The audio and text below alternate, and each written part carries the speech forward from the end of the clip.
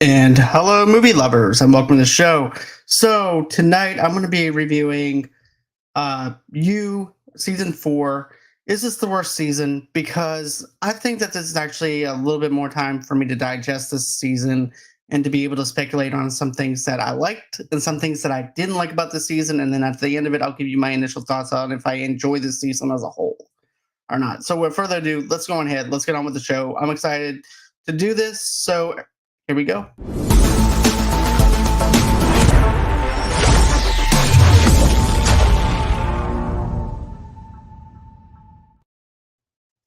And hello, movie lovers, and welcome to the show. Like I said, this is actually going to be my topic of was You season 4 the worst season?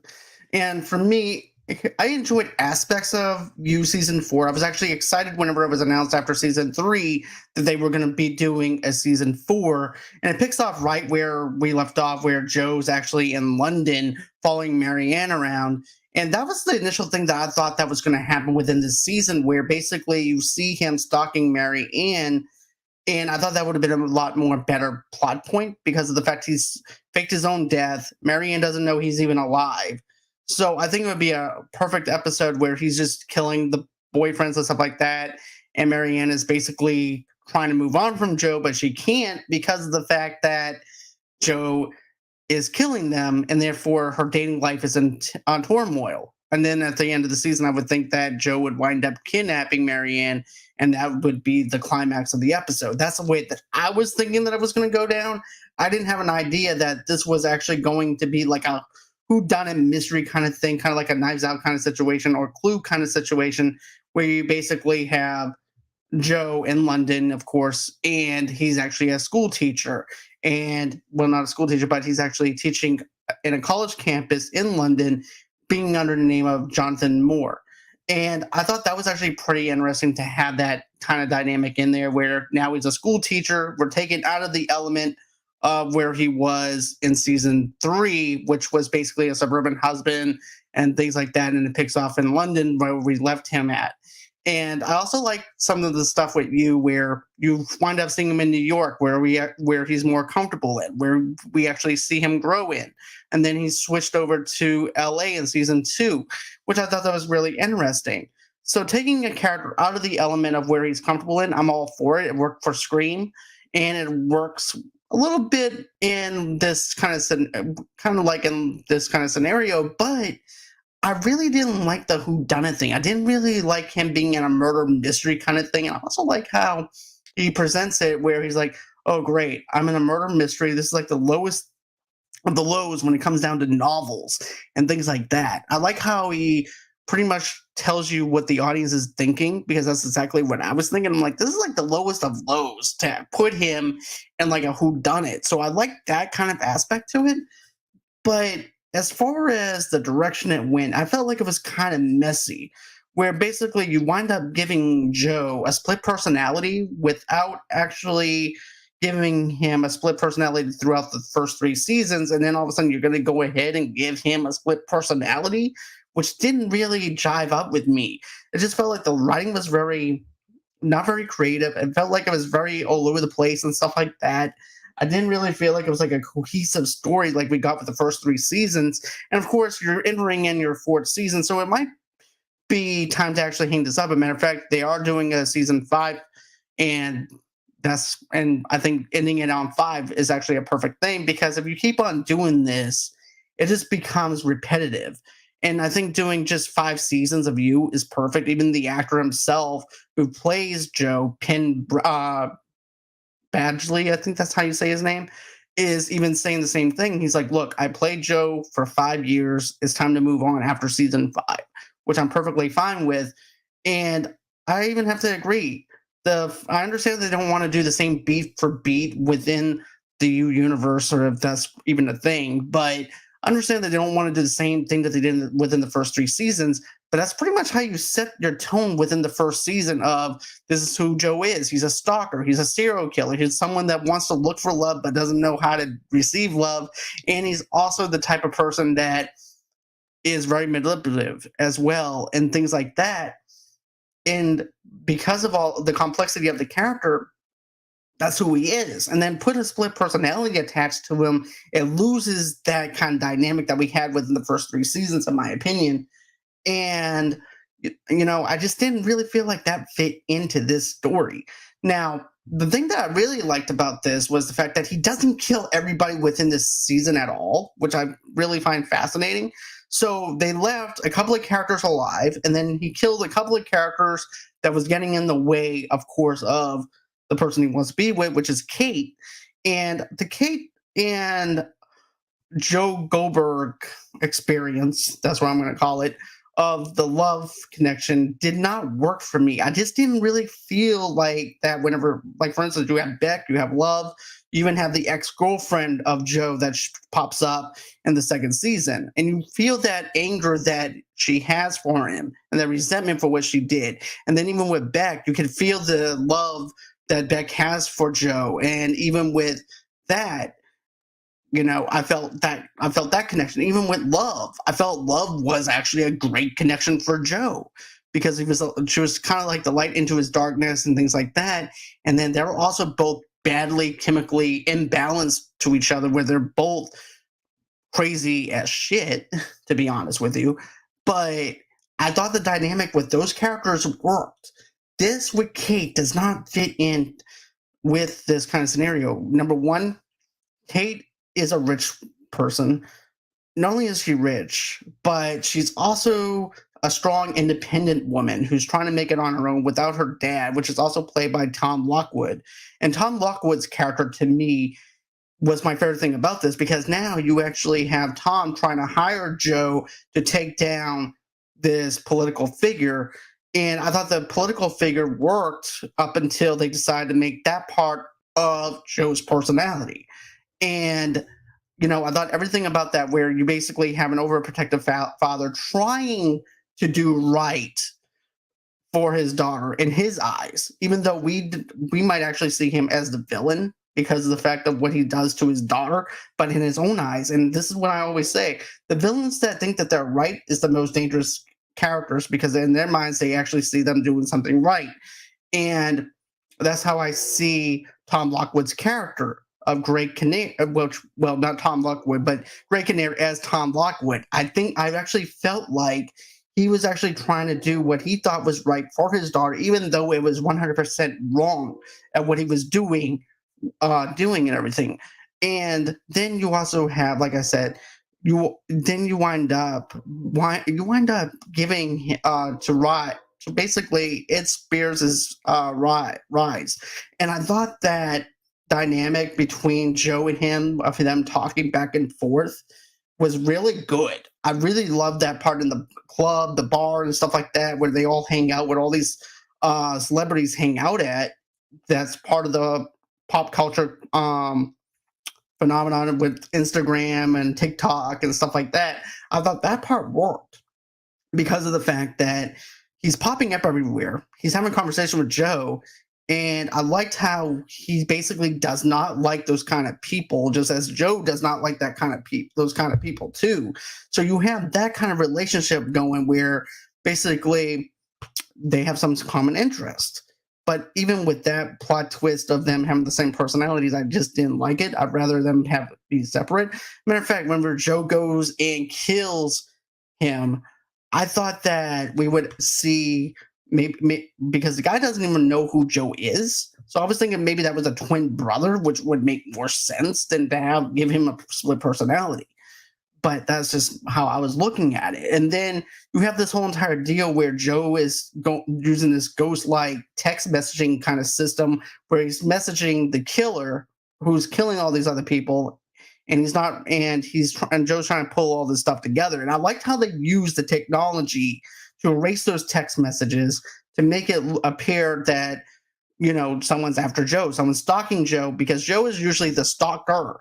Now he's actually the person who's being stalked, and Joe feels uncomfortable. Now getting a taste of his own medicine, which is something I liked. So there are some aspects I liked and some aspects I didn't like, and some aspects that were kind of sloppy. I thought the dynamic with Nadia in Joe was really good too, because of the fact that he's a school teacher. He's also trying to get inside information on how to solve a mystery. I thought that was really interesting on how he was trying to get her to basically be his Sherlock Holmes on how to figure out certain things because of the fact that he's actually part of a literature college class, which is Joe. That's who Joe is. He loves to read. He loves books. That's his love and his passion. So I thought that part worked as far as that goes. But as far as the other characters go, and stuff like that, I really have to say that some of the characters I really didn't care about. And normally I would say that most of the characters are always one dimensional, anyways, because they're always snobby. They're always some people that are trying to disconnect Joe from the person that he loves. With this one, though, you don't see that disconnect with that. You see more of a jealousy type of thing with Kate and stuff like that, where he winds up killing the boyfriend for to be with Kate. But as far as the friends being the protector for Kate, not necessarily. You don't see that, in my opinion, in this show like you do with the first three seasons. Kate is a strong, independent woman. She doesn't really need a man, but she chooses to have a man, and she's also trying to do things on her own, even though her daddy does not want her to be. Even though her daddy doesn't want her to be independent, so he winds up trying to buy her love, trying to do everything he possibly can for her, and she's trying to stand on her own, which I don't blame her. I don't blame Kate. I love Kate as a character, but as far as the Kate and Joe thing, no, I didn't like that. But I do like some of the stuff that happens within the mansion itself. Whenever they start accusing Joe, the friends winds up accusing Joe of murdering um, murdering the ex-boyfriend and murdering other people before that. I thought that was a really interesting thing. The Eat the Rich Killer title, I thought that was really interesting. It's kind of like a take on like Jack the Ripper. I thought that was really interesting on how they played that narrative. Um, I thought Phoebe was probably maybe the best thing about this show, though, too, because Phoebe is also someone that is being manipulated by her boyfriend, and she winds up trying to please her boyfriend, trying to do things for him, and he's over there doing all these other douchebag things, cheating on her, also trying to figure out his identity and stuff like that, lying to himself about who he is. Is he? And at first, I thought maybe, well, with the stuff that happens within that season, I thought maybe he was gay, or the fact that, because I thought it was kind of weird that he likes people peeing on him and stuff like that, even though that is a thing, but still, he's with Phoebe. He's not single, living the single life. And then Phoebe was going to try and do the same thing and reciprocate it and try and please him. And then he's only using Phoebe for her money. So you have a little bit of a redemption thing towards the end of it for Phoebe because of the things that she does in the ending of it. So I definitely like the fact that we do have a closing chapter for Phoebe, and she's taking care of orphan. I think the way they ended it was she was taking care of not orphan friends. This is not Batman. But orphan kids. I think that was the way that they ended it with Phoebe, and I think that was a perfect note. And then the plot twist too, where you have Nadia being framed for the murder, that was good because that was actually clever within this thing, because now she's locked behind bars. Now she can't say anything, and everything that Joe had is pretty much gone. There's no evidence against him. So that part I liked. The whole thing where now he's Joe Goldberg all over again. I like that. I like the fact that we actually get a setting in New York again for the final and fifth season. I think it's actually poetic to have it set in the fifth season. So maybe Joe dies in New York, where he belongs, where he was born at, where he started doing this from season one. I do like the cameos from Beck. I do like the cameos from Love.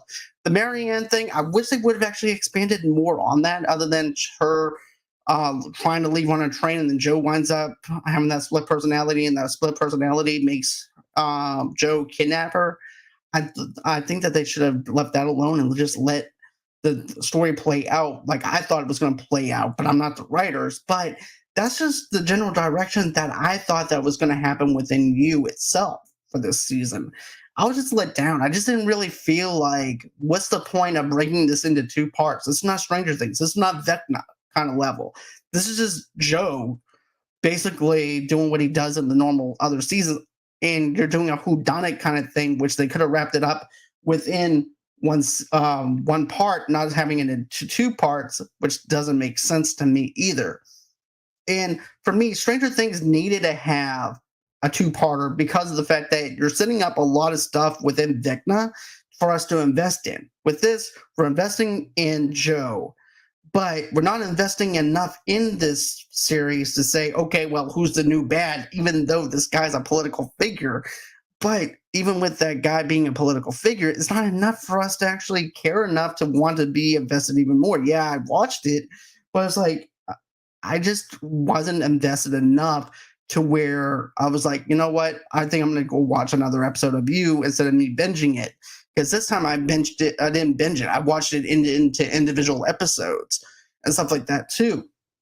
And, I don't know if that has anything to do with it or not from my viewing experience, but it was just a total letdown. The writing was messy. The dynamic and the chemistry just didn't fit in line with anything. I thought also too, you also have all this other stuff going on, and it just doesn't fit. And I know that the acting is cheesy. I know the dialogue is cheesy. I know that it's a little over the top stuff. But the reason why you go back and watch You is to wonder if Joe Goldberg is going to get caught and wondering what kind of stuff he's going to connive to get out of the situations that he's in. And that's what happens in the last episode. But doing in the direction that they were doing it in, I thought it wasn't that great. And I want to talk positive about this. I want to talk about how great I love this show because I do like it. Because I was invested into the first three seasons. You had Jenna Ortega, who was actually in the third season. Well, not third season, second season. And I was more invested into those characters in the third season because they were very snobby. Yeah, but they were also the protector of love and people who loved love. And then you also had the people who protected Beck in the first season, and you were invested into that. Then you also have stuff that's within this little suburban town that people are hiding secrets in. So you have so the town was actually a character in itself. London didn't even feel like a character at all. It just felt like, okay, this story's taking place in London, and that was it. And then the Marianne's trapped in the cage thing, we've seen that before with all the other youth shows, but I wanted to see it. To be honest with you, I'd rather him get Marianne like later on at the end of the season and do it that way. And then the whole entire deal where Marianne is still alive, I'm okay with that, but it could have been handled a lot better, in my opinion, with that. But I think overall this season was the weakest. But like I said, doing 4 seasons is hard, and going into a 5th season is hard because once you get past the 3rd season or the 4th season, it becomes repetitive. And I'm actually the type of person that is like this. If there's no more story to tell after your 4th or 5th season, just end it. Because of the fact those actors probably already expanded on the characters that they need to expand on, to the point that there's no reason to actually keep going. And that's how I feel about You right now. As far as the final season, I'm still going to watch it, but I just don't like the fact that he's got this personality still with him versus him getting rid of it for this season. So that's what I was thinking. I'm like, okay, well, if they are going to give him the split personality, which they did, maybe they'll get rid of it in the next season. They don't. He's actually with him in New York. So now you have the split personalities working with each other. I just, like I said, I want to talk positive about it. It was just the weakest season for me. The first 3 seasons are always going to be my favorite of them all. But yeah, tell me what you guys think. Do you guys like the season of You? Is this the worst season for you as far as season 4 goes? For me, it is. This is actually the worst season for me. But just because this is the worst season for me, it does not necessarily mean that it has to be the worst season for you. So I would like to know what you think of season 4 of You. Comment below. Tell me what you think. What was some of your favorite scenes? What were some of the scenes that took you out of it? And tell me below, and I'll comment back because I want to have a conversation with you guys about this. If you guys are a fan of You, because I don't know if you guys are not. But if you guys are, comment below. I'd like to know. Don't forget to smash that like button. Don't forget to subscribe. And always until next time, guys. Bye-bye.